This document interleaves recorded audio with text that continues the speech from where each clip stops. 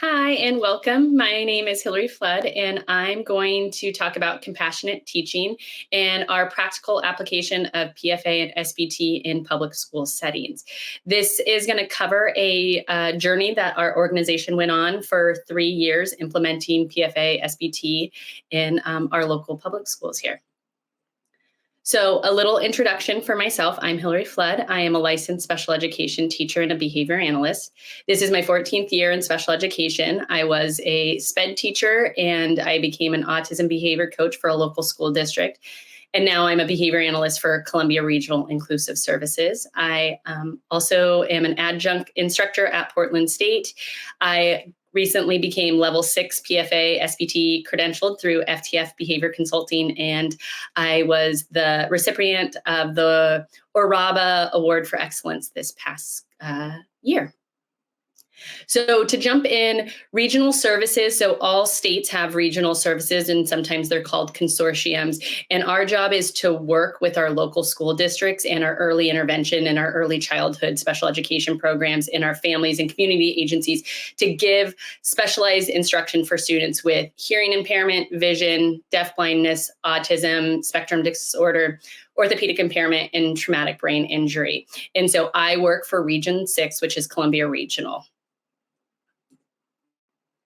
And starting this project, we were diving into the challenges that our students are facing. And some of the research out there shows that our neurodivergent children are exhibiting very complex behavioral needs, including self-injury, aggression, extreme emotional outbursts. There's a lot of elopement that is going on in schools. They're much more likely to be placed in restrictive educational placements. They have one-on-one or higher adult support needs. They are on reduced school days. There's much more reactive disciplinary action, and it's jeopardizing future outcomes later in life for them. Our students are also having impacts with these maladaptive behaviors for themselves are far-reaching because they're getting poorer health status. There's elevated fear and anxiety, and there's limitations to daily activities that they want. And there's limited instruction and there's social isolation. So that goes well beyond about what is just happening in school. It's also impacting their personal lives. And parents and families are often experience enormous strain as they attempt to cope and alleviate stressors for their children. And then they're trying their best at homes too. In schools, the challenges that we're facing with students with complex behaviors is there is a higher level of restraint and seclusion to protect the safety of the child. And it is very stressful for not only the child, but it's also very stressful for the staff. You're seeing a lot of adverse effects on staff retention and job satisfaction. There's a high level of burnout in our field in special education. There is injury and then just the fear of injury. There's a lot of preventive or prevention only policies that's in place where let's just avoid putting any demands on this student and we don't want to trigger this student. And so staff is walking on eggshells all day and very little teaching is occurring with our most complex students. And then staff are saying that there is limited training in evidence-based approaches. Staff want to have the skills to work with these students, but there's just not enough training out there to work with these students that have the most complex behavioral needs.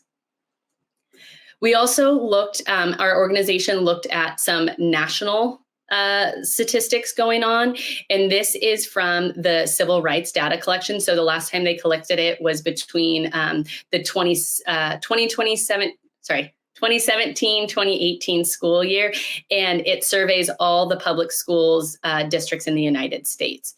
So if you look at this graph right here, you can see that over 70,000 students were subjected to physical restraints during that year. Over 27,000 students were subjected to seclusion, and over 3,000 students were subjected to mechanical restraints. So that means being strapped down, tied down, and that's just in one school year. We looked at the data even closer, and to break it down, students with special education, of all the students that were subjected to physical restraint, 80% of our students were the ones being restrained. So students with disabilities were being restrained more often than any other students. When it came to mechanical restraints, our students are 41% of the population that that procedure is being used on. And then when it comes to seclusion, 77% of our students with disabilities are being secluded as compared to the total number. Our students accessing special education are getting a high level of very reactive procedures. And for those of us in the field, we know these reactive procedures are putting both students and staff at risk. As a part of this pilot, we had to see if PFA SBT aligned and supported what school districts already have in place, the systems and the frameworks that are currently in education. And we found that PFA SBT directly supports things like MTSS, so our multi-tiered systems of support. It directly supports our social emotional learning, which is CASEL. And then it directly supported trauma-informed practices that our school districts are expecting out of interventions. And for this presentation, I'm gonna highlight a few of these components. So for those of us in education, we know multi-tiered systems of support is an educational framework designed to provide intervention and supports to students to address their academic, behavioral, social, emotional needs. And it's characterized as a tiered level of support. So you have tier 1, you have tier 2, you have tier 3. MTSS also includes PBIS, which is our positive behavior intervention support. So in special ed, these acronyms will mean a lot to you. And for our organization, we recognize that PFA and SBT is a tier 3 approach and should be more widely used in our schools. So as I said, MTSS is this multi-level prevention system, and there's tier 1 that's global, that all students should have in their schools. There's tier 2, which is more small group and standardized interventions. And then there's tier 3, and this includes intensive interventions for students that are not responding to the other tier levels. For this project, we decided to, does PFA SBT align with tier 3? And so I'll go over some of the components. For PFA, SBT, and MTSS, we're talking about a very small population of our students. 3 to 5% need this high level of intervention. MTSS says for a tier 3 intervention, it has to be individualized and adapted to students. That's exactly what PFA SBT is. It is all centered around the focused child, and we do things for that student based on that student's needs. It has to be more intensive than tier 2, and it is. It is much more intensive than tier 2 because these students deserve that level of intervention. Really important is number 4, it must be implemented by an adequately trained staff member. Often in special education, what we do is we send out the student least trained in special education and behavior strategies and put them with the most complex learner. And this is one of the huge reasons why these students are are not making the progress that they should. We need them to have adequately trained staff, and that staff wants to be adequately trained to work with that student. Group size needs to be considered. Some of these students need this intervention very one-on-one or very individualized, and or in a small group setting. Off of the big, larger classroom, we can do it towards the side of the classroom and run this intervention. When possible, we need to align it with tier 1 support. So we still want to work on building those global relationships in the schools, but this really needs to focus on that child. There is a high level of family communication. In PFA SBT, parents and family are just as centered as the student. We want that communication back and forth, and that's what is expected at a tier 3 intervention. And there's frequent progress monitoring. Anybody that has been through this intervention knows we don't meet in a week, we don't meet in a month, we don't meet every IEP meeting. We actually make decisions based on the trial right before. So you are looking at the progress that child is making and making the best next step determination where you go with that student. And then, yes, you meet as a group, you meet with family, you share that data, and then you make bigger decisions, that can go towards a student's IEP. Based on everything that MTSS says tier 3 is. We absolutely 100% believe PFA SBT meets the criteria for a tier 3 intervention that they outline. Another topic that comes up big is equality versus equity in our schools. And this is actually from the CASEL and the MTSS toolkit, this quote. And it says, educational equity means that every student has access to the educational resources and rigor they need at the right moment in their education. So when we were starting this pilot program, we had several people, and rightly so, go, well, why can't every kid get this? Well, first off, not every kid needs this. So already we don't need to worry that every kid needs this. But I also get it. There are several kids, many in a school that might need this. So why are we only picking one? Well, we've got to start somewhere. We have to give people the tools to have this intervention so then they can use it for other students. There are some criteria about how we pick the first students. We have to have staff that is open and willing to learn this highly intensive intervention. And you have to have families that are willing to have their kid in this high level of intervention.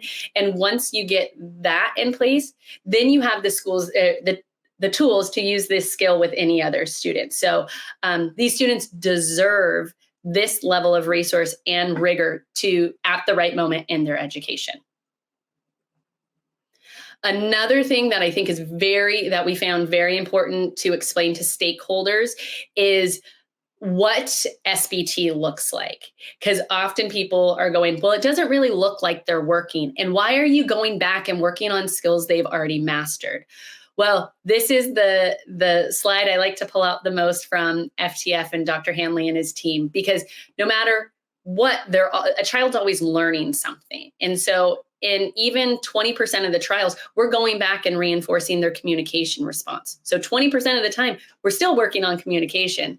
And then 20% of the time, we're working on a student's tolerance response. Hearing no. No is really a big trigger for students, or having to wait, or can somebody else take a turn? All of those are covert ways of telling a kid, no, not right now. And we need to have the student to have the skills to hear that and not respond with a complex or negative behavior. And then 60% of the time, we're getting to work. We're doing that, what traditional school folks will see as cooperating with directions in a classroom. And so pulling this out for the admin really helps them understand, wow, they are working on a lot of things all of the time. Some of the benefits we found of using PFA and SBT in a school setting was it shortens the time from our assessment, so our traditional FBAs, to teaching skills. In schools, we have a 45 to 60-day school day timeline to do an FBA to then writing a behavior plan. 45 to 60 days in school can be over half a year, including breaks and all of those things. And then we get to teaching. That's not okay. It's not okay for our students to have to wait that long for high quality intervention. Whereas if you learn PFA, SBT, you can be getting to interventions in 6 to 8 hours. Once you know how to do the interview, once you know how to set up the analysis, as soon as you get those done, you're into teaching. So that can all be done, I feel, very realistically in a 6 to 8 hour window. We can align this process, and we are aligning it to our IEP goals and our objectives.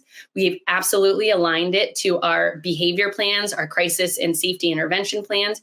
We've used this on now a wide range of students, not just students with a certain disability category. We've used it with a wide range of students.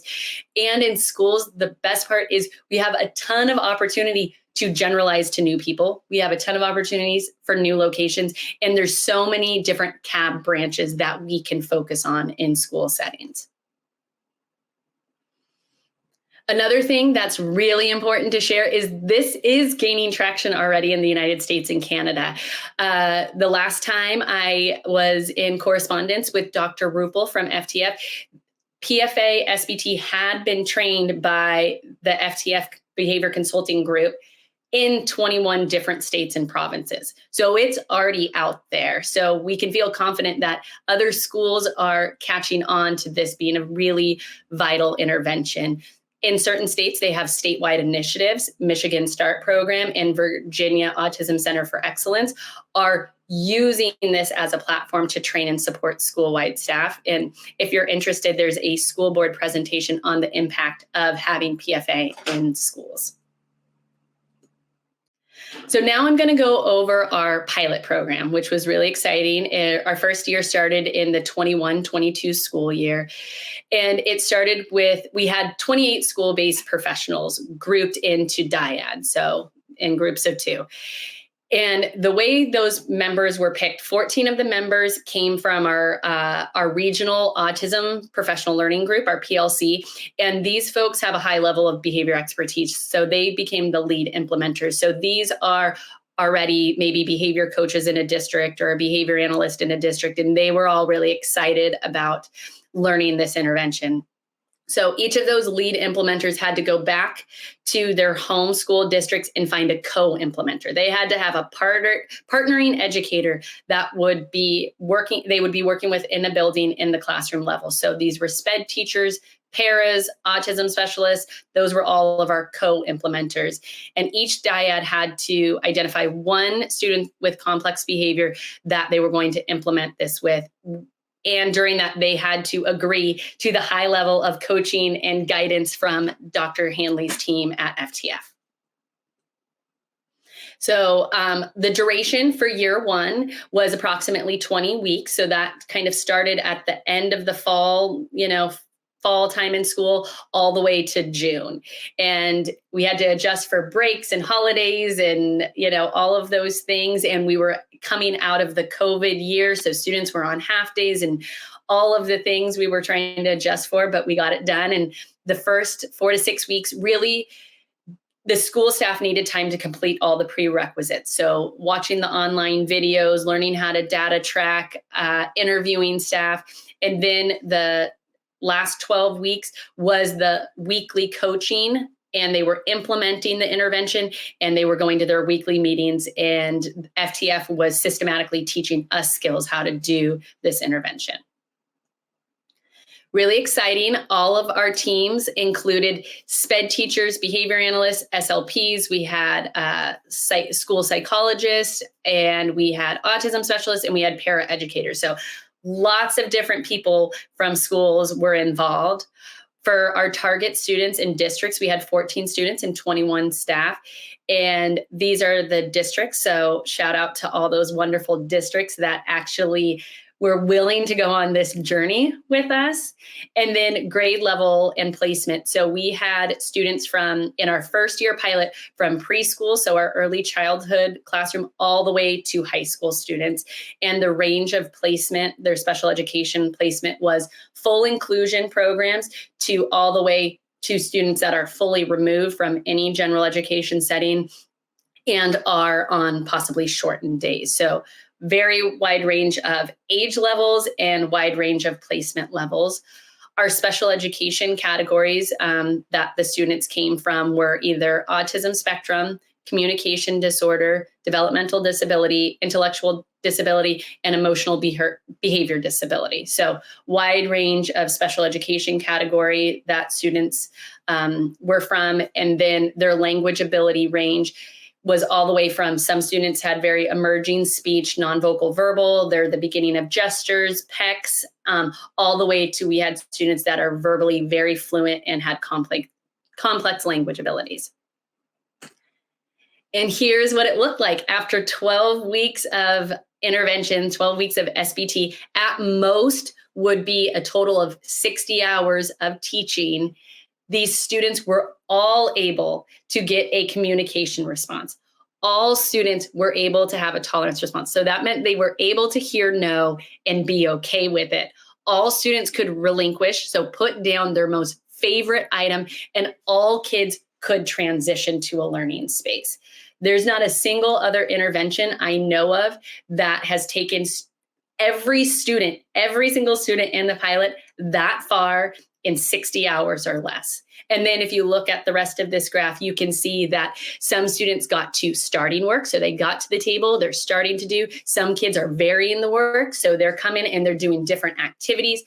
Some kids are enduring. Now they're looking like they're doing long periods of work because they are. They're working up to, 5-10 minutes. And then we get to persevering, where now we're giving kids challenges that they face in class, so they're ready to handle those challenges. So what happens when you have to correct an answer that a teacher says, oh, that's wrong? We don't want that to upset a student. We want them to have the skills to go, oh, I can correct that. Or I'm missing my pencil. I know how to go get a pencil. I know how to handle these things. So we strategically set up our students for these things that are going to happen in their regular life, so they have the skills to deal with that. And then when we talk about generalization, so we had 3 students in 12 weeks, 60 hours, they were able to generalize to new staff, new locations, and new activities.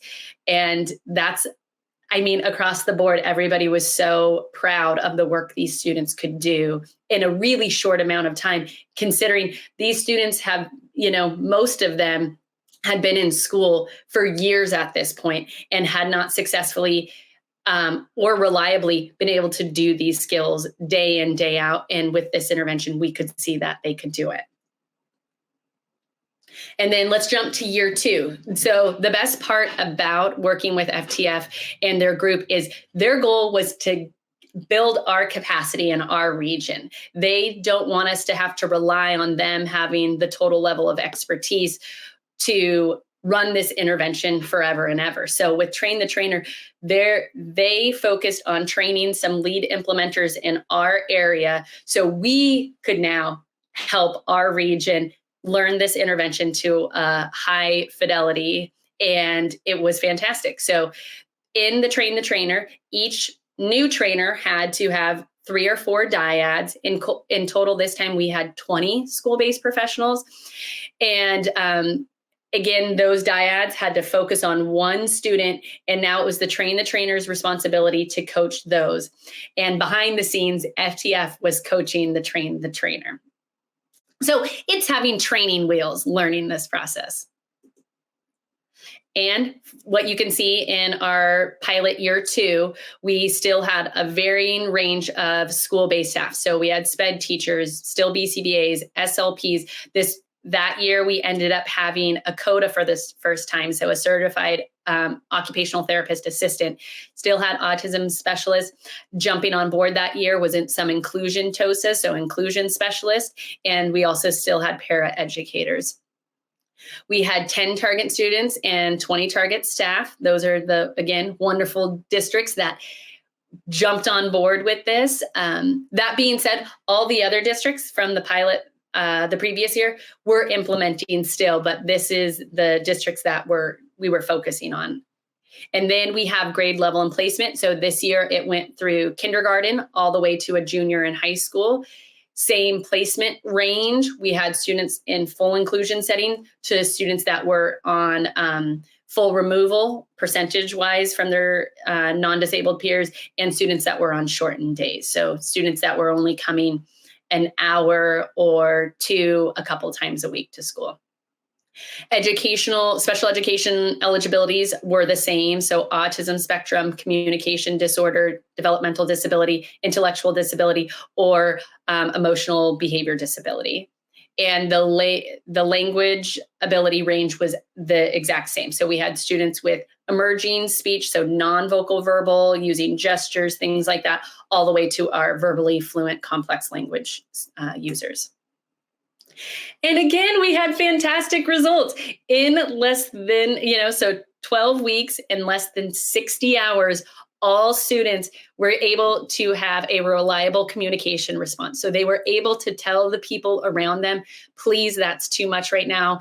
Please, I don't want to do that. Can I have my stuff back? So they all had a communication response. All students were able to hear no. So that tolerance response, wait, not right now, can't have that.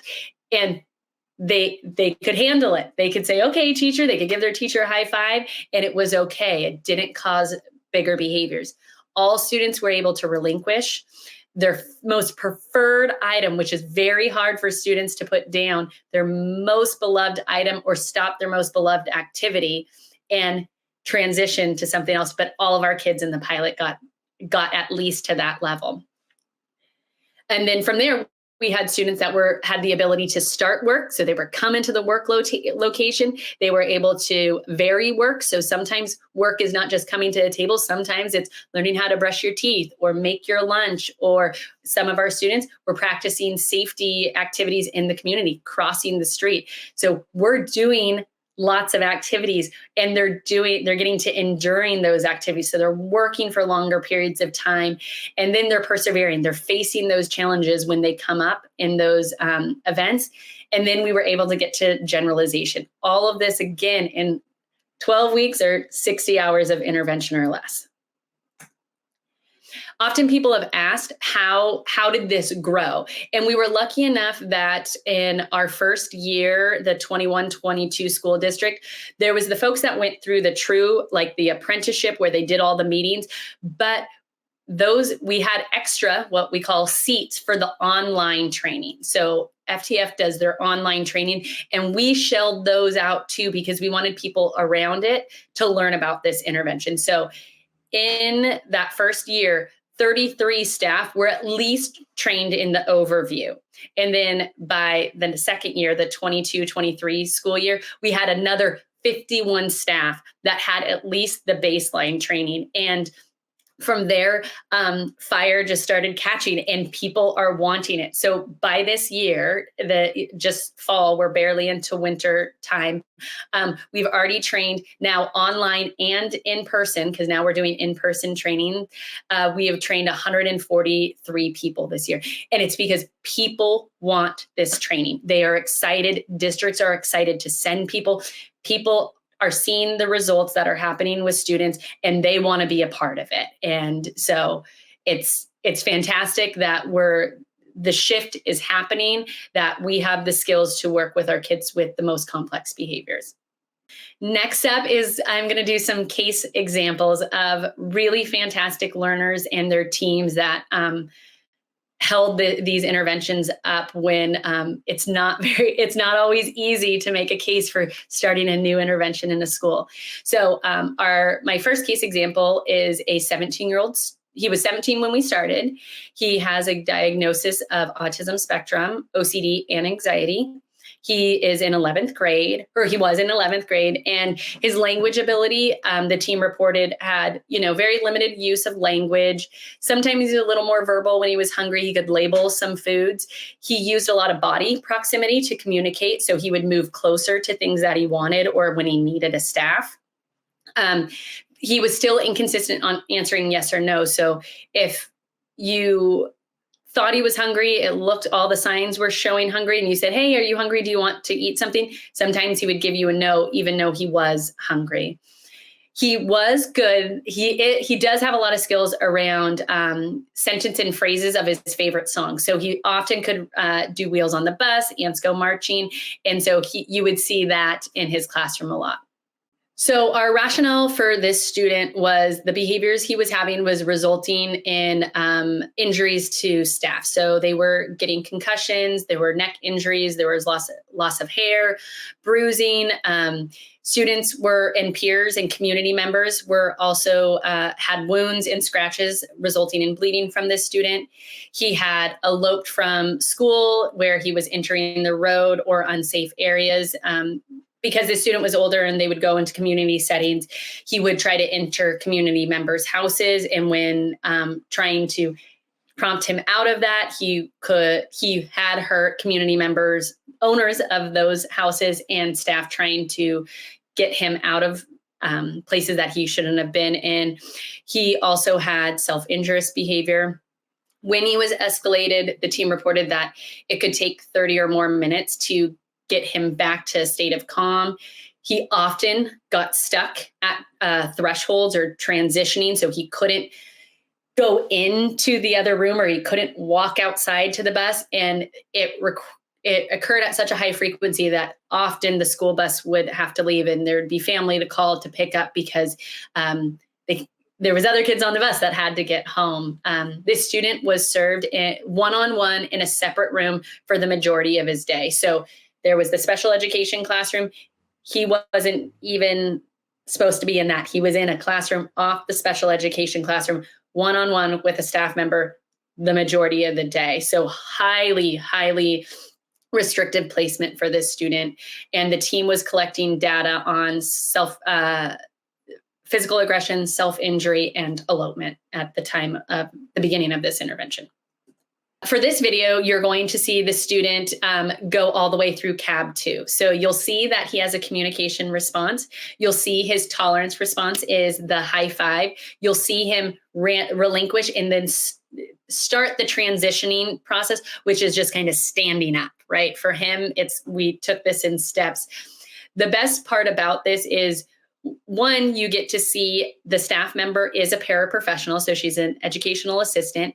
She's much smaller than the student themselves. And we know in special ed, there's always this big, I can't work with that student. They're too big. We got to have bigger staff to work with these kids. But we don't. We can have any size person work with. We want any size person to feel comfortable enough to work with any size student.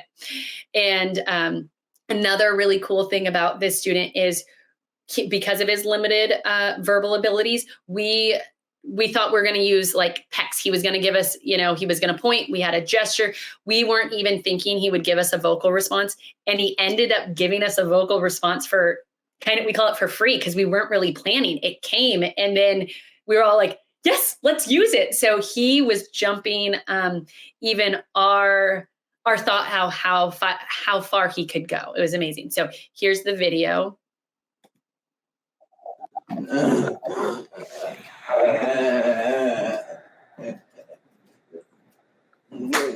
Hey, Alex, all done with the bouncing on the ball. My way. Not right now. Stand up. Good job. Good job. Thanks. Good job. Good You can job. bounce. Go ahead and bounce. So super exciting. You see the staff gets excited when a student does well too. And you see that he relinquishes, he gets up the ball, and he's standing. And so that'll be the beginning of our transition. Very, very exciting.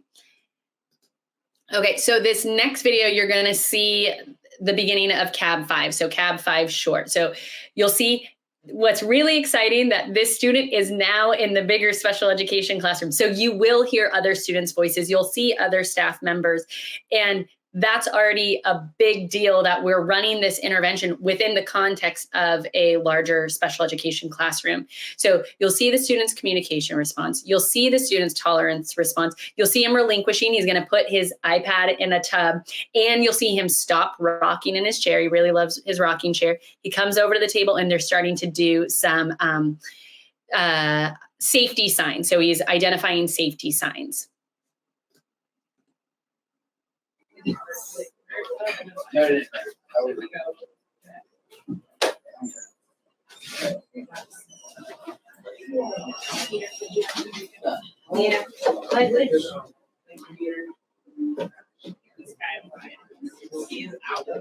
on, look at this. Look at this. That's gay.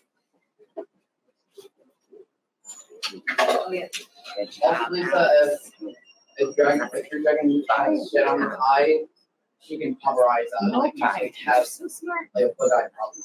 You're not good. You got it. You know it.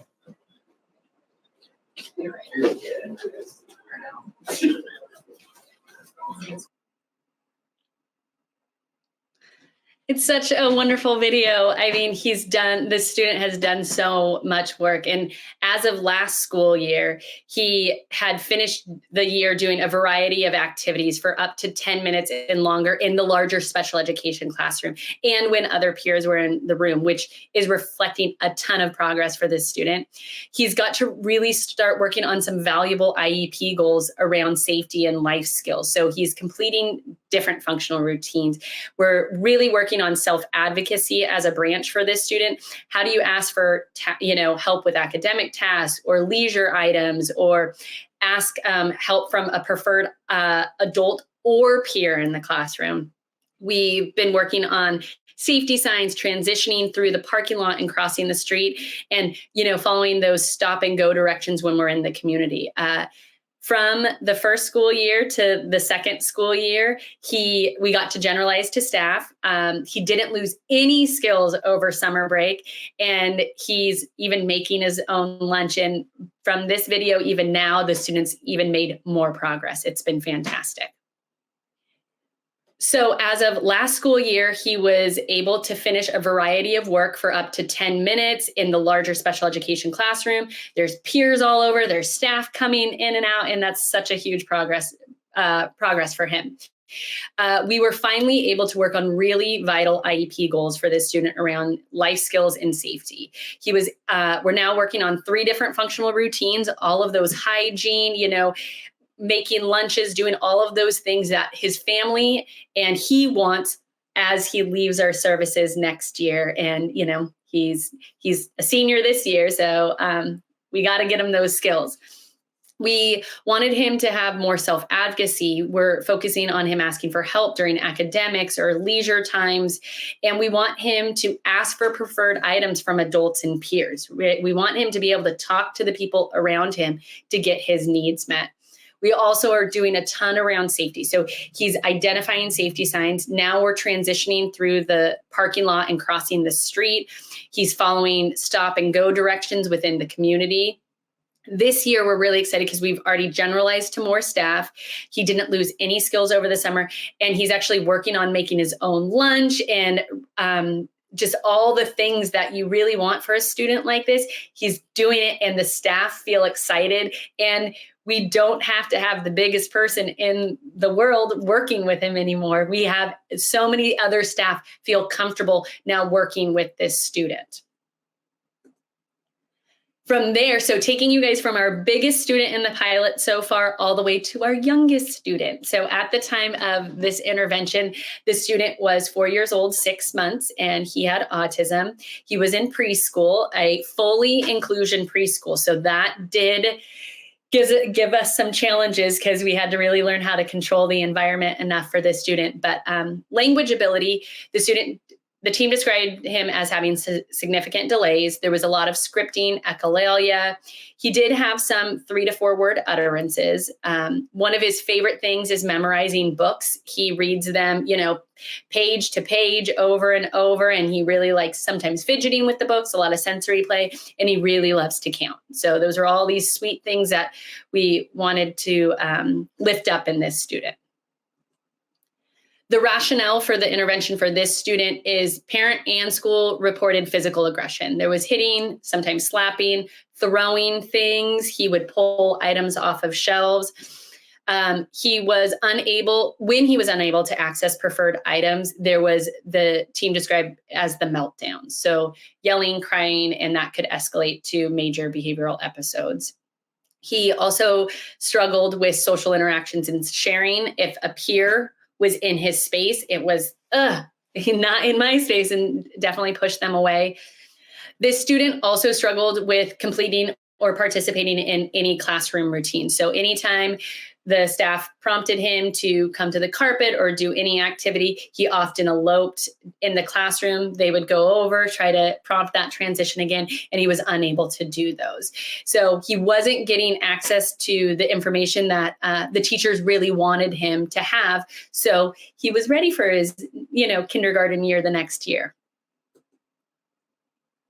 So this video is going to show before intervention. So you will see that he's definitely struggling to relinquish the preferred items, which is like a bubble gun. He's eloping. You'll see him moving around the classroom. There was already some shelves that had been cleared, and definitely can't transition. And the staff is doing the best they can. They're using the visual, doing all the other things that should usually work, and it wasn't. So let's watch this video. Bubbles all done. Time for table. Oh. All done.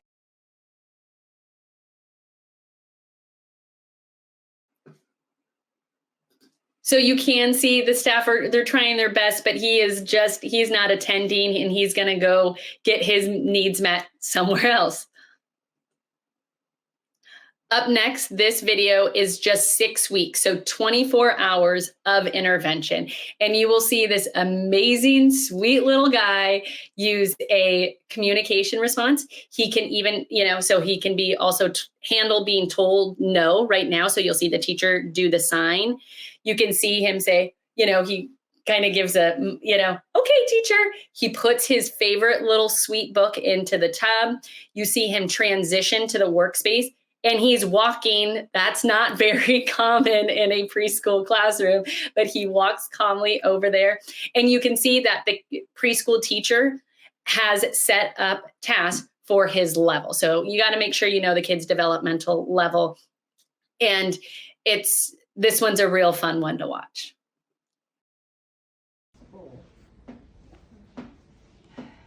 Time for table.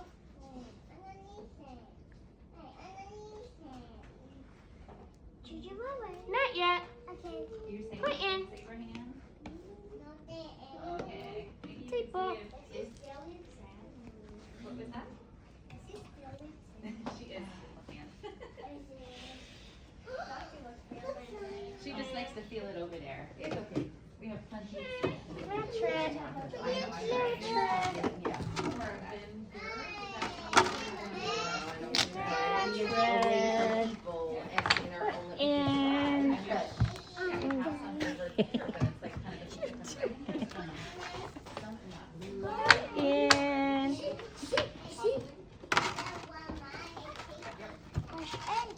Match 8.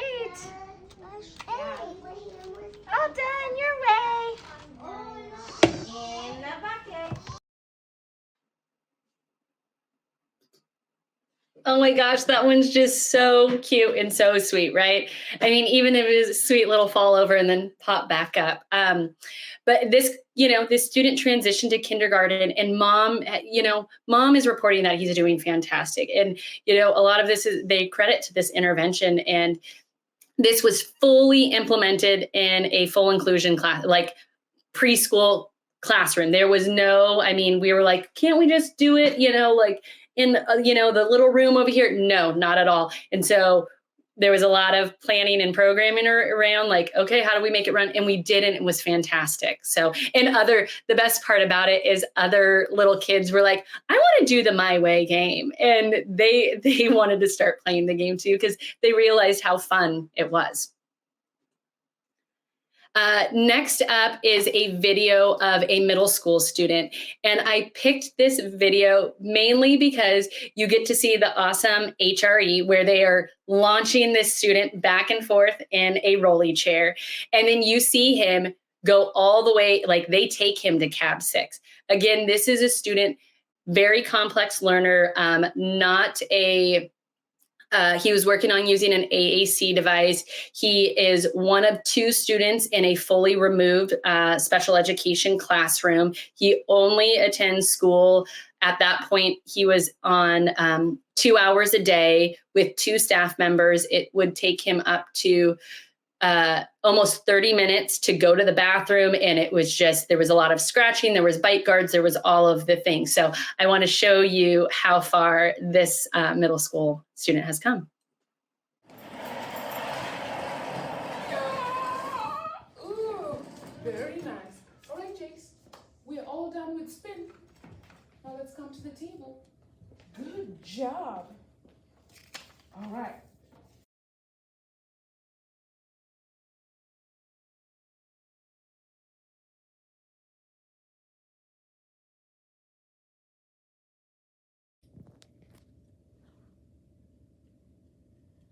You did art. Very good job. You can have your way. All right, the chair it is.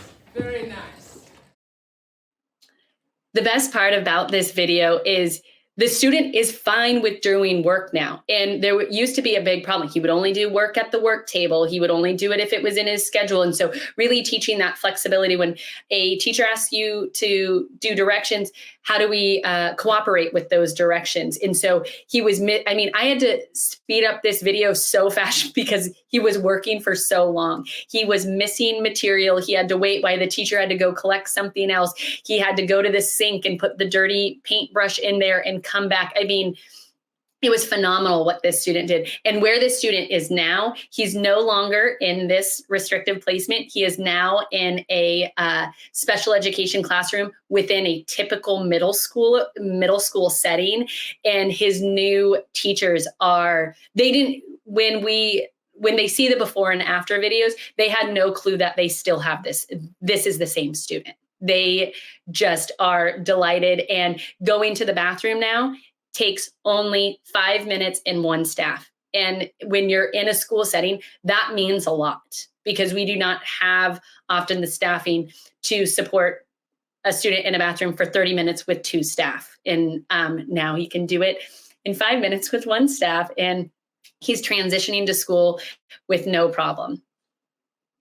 So some of the positive outcomes of the apprenticeship. So the staff felt very empowered to teach skills. They felt they knew what to do. They felt like when they were placing a demand or giving a student a task, they knew how to shape it so the student would feel a high level of success. There was a high level of implementation fidelity. The FTF coaching model, I will say it is very rigorous, but I would highly recommend it because everybody felt like they know what to do now when it comes to problem behavior and how to shape skills for students. There was a high level of family involvement in the process of this implementation across participants. 100% of the participating students made significant and measurable gains in their skill development resulting from this intervention. 100% of students thus far that we've been tracking have made growth. And again, I've said this before, but this intervention, PFA, SBT, is directly aligns with what we're doing in special education, and it fits all of our processes. It fits FBAs and BIPs and IEP goals and objectives and SDI, so specially designed instruction. This is it. It fits our crisis response and safety plans, and now I get to do work on those with a lot of our teams of how do we make our crisis safety plans fit this model so people know how to respond when a kid is having a challenging behavior. I would like to show this. It's an email from one of our parents. They sent it to us about the apprenticeship. So this parent stated, first, I want to say a huge thank you. Jay seems to be doing great, going to full day, and is loving going to school and making new friends. Thank you so much for your kindness, fun, stability, and all around positive, amazing presence you have brought to Jay's life this past school year. Also, that behavioral program really seems to work, and I hope we can roll it out to more kids soon. What a gift it has been to our family. It's such an immensely helpful program that I honestly credit 100% of Jay's current success in the classroom.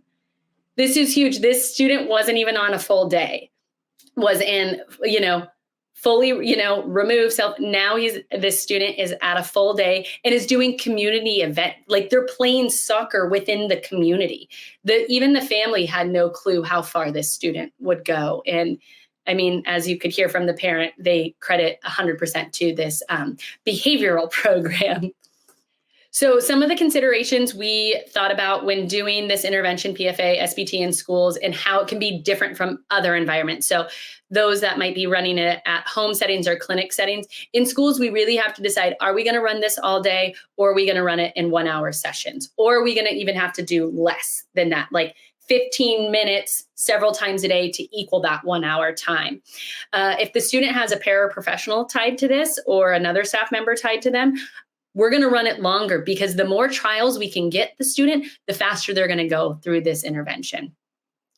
We were training all school-based professionals, so not folks from, ABA background. So it could take more time for training and learning, because there's a language jump from sometimes behavior analytic language to school-based special education language. But once you train that language, everybody gets it. It just takes a little bit more training on the front end. We have so many more team members to include when we're talking about it in schools. So I will recognize that you have a lot of challenges in that. It's hard to plan to get everybody at the table at the same time and getting your administration and, principal buy-in. IEPs may need to be adjusted to accommodate this level of intervention. If the student already has a high level of SDI, boom, you're fine. If the student already has a high level of maybe removal, you're fine. But if the student doesn't, you may need to start adjusting that student's IEP to meet this level of intervention. And if it's a student you're targeting, hopefully we have an IEP that is meeting the level of need they require. A big consideration you're going to have to think about with your school is the cultural norms within the school system may differ than what the student needs are. So sometimes we have the cultural norms that this student has to do what I say because I said when I say, and that may differ from what the student needs, that the student actually needs happy, relaxed, and engaged, and we need to meet them at this level and slowly shape those things. And so you bump up against sometimes cultural norms, but stay strong and, show people what you're doing and they'll come along. We have a lot more people in school settings that we have to train to keep this intervention to fidelity. So that, again, it's a consideration, sometimes a barrier. How many people are we going to train so they know this intervention and the student can still continue successfully? And then where are we going to run this intervention? So we have the PFA, that's the analysis part. And then we have the actual SBT, the skill-based treatment part. And where are we going to run those so we can control all the other things that are going on in the school context? Some of the practical solutions that we came up with just by going through this for a few years now is that get your admin on board. You need them to advocate for this. You want them to see what you're doing.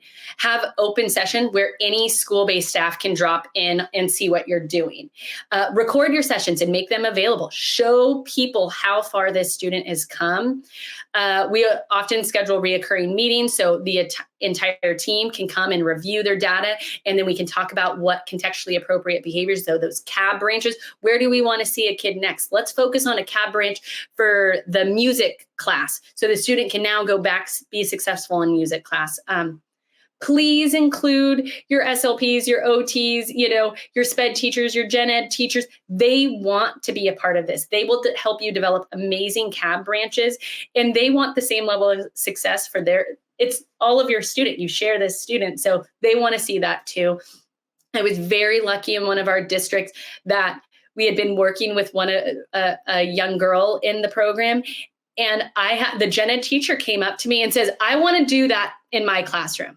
I have her most of the day, so I deserve to know this intervention. And I said, you're right, I'll teach you. And I went and I did a fast kind of overview of what PFA SBT is. We talked about our My Way box, about how we could run trials. And so based on that teacher's advocating, we moved a parent, instead of pulling this kid out, let's move the parent into the classroom and run this intervention, and then let the teacher start calling the trials. And it was fantastic. This girl is fantastic. She doesn't need this intervention anymore. She is now in 4th grade and following along with all classroom instruction. So that's another really nice story. Do we do one more practical solution? Do we do SBT in the classroom setting or in a separate space? You're going to have to figure that out based on your location and the need of the student. If the student has highly aggressive behaviors, you may find the argument that doing it right outside of the classroom or in a separate location is safer for the student, for you, and for the other kids around. But if you can run it within a gen ed context, I promise you'll get farther faster because you're using the environment to help shape where we want the student to be anyway.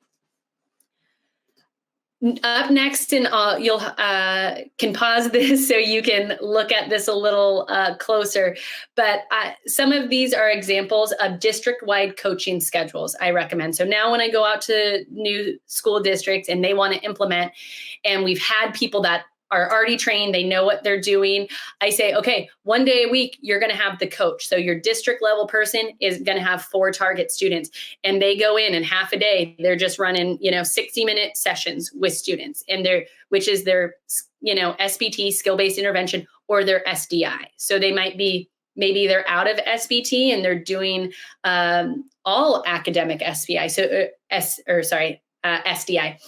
So 1 day a week. So on this example, it's Monday. The coach comes in, works with 4 separate students for 60 minutes apiece, right?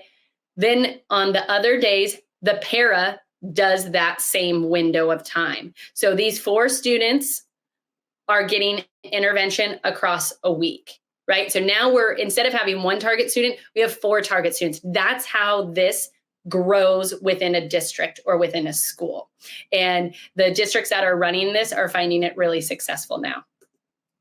If you have a classroom, so maybe a self-contained or a resource room or special education classroom, often in those classrooms, you see rotations, you see SDI rotations. So everybody's at choice time. Now it's our rotation, ding, the bell goes off and these kids go here, these kids go here, these kids go here. Based off of that, this is a schedule you could run. So staff 1, we have 15-minute rotation blocks.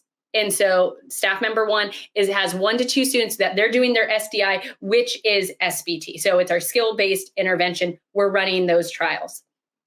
Staff 2 is working with 2 to 3 students doing something else. Staff 3, 2 to 3 students over there. And staff 4 maybe has 4 to 5 students in another part of the classroom doing choice, independent, adult, peer-led play, right? So for that 15 minutes, we have staff doing a couple things, staff 1 doing just a few students, staff 2 a little bit more, staff 3 a little bit more, and staff 4 has the most students, but they're doing more play-based stuff. And then the next rotation, we're switching those kids around. So some of the staff or students that were in HRE that time, they're coming to the skill-based treatment with the teacher. So you're going to run through those interventions. And most special education classrooms that do rotations will do rotations 1 to 3 times a day. You should at least be doing these rotations 2 to 3 times a day for the students to get the correct dosage in this intervention. We want them to get at least an hour of SBT a day,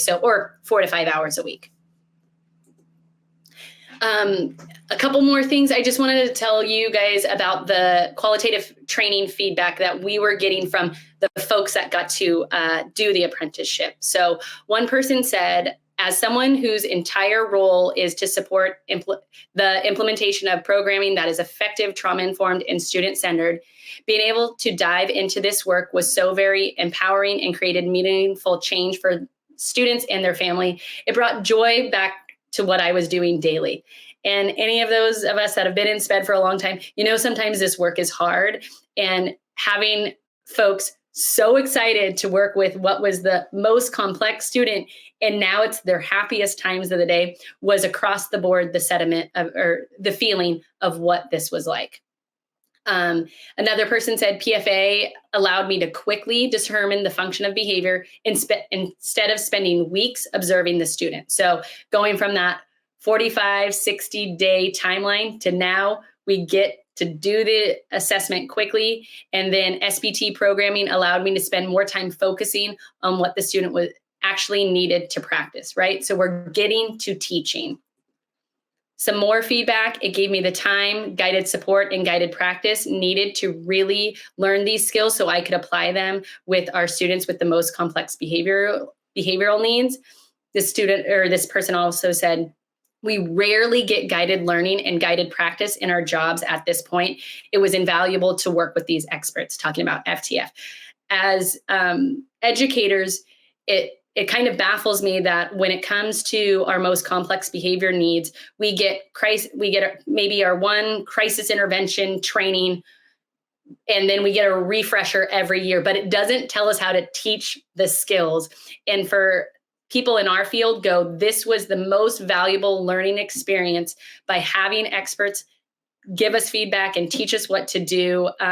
They would do it over and over. And anybody that's in a gen ed setting, when you get a new curriculum, anything like that, you get ongoing feedback. You have experts come in, tell you how to use it, tell you how to assess it, how to measure growth in students.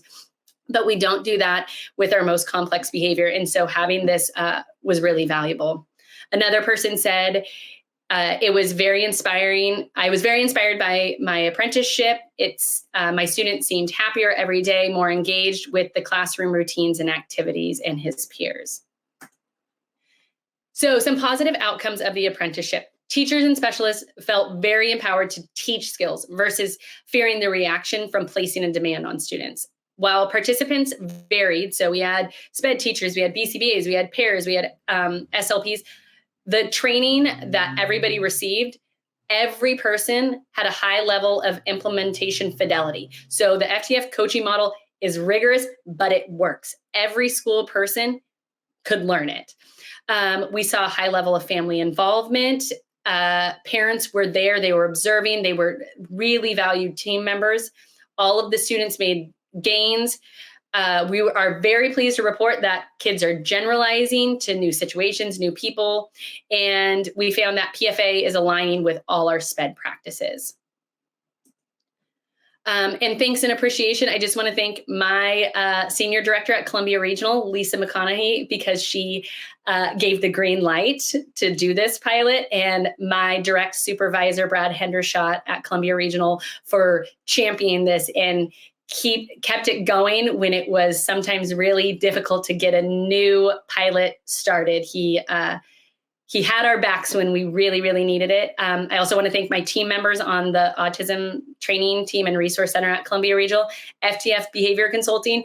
There is not a person that works for this organization that is not the most kind and genuine person we've ever met. They were so supportive and kind with their feedback, and kudos and thanks to them. And then all of our participating districts, I've listed them here because without them, we wouldn't have had access to do this amazing pilot. And those are just the people that are currently that have been trained, and now we're rolling it out and we're getting more requests every day from different districts in our area to learn this. So it's working, it's coming, and finally, thank you for coming and listening. And that's my name and email. And if you ever want to get in contact with me, thanks so much.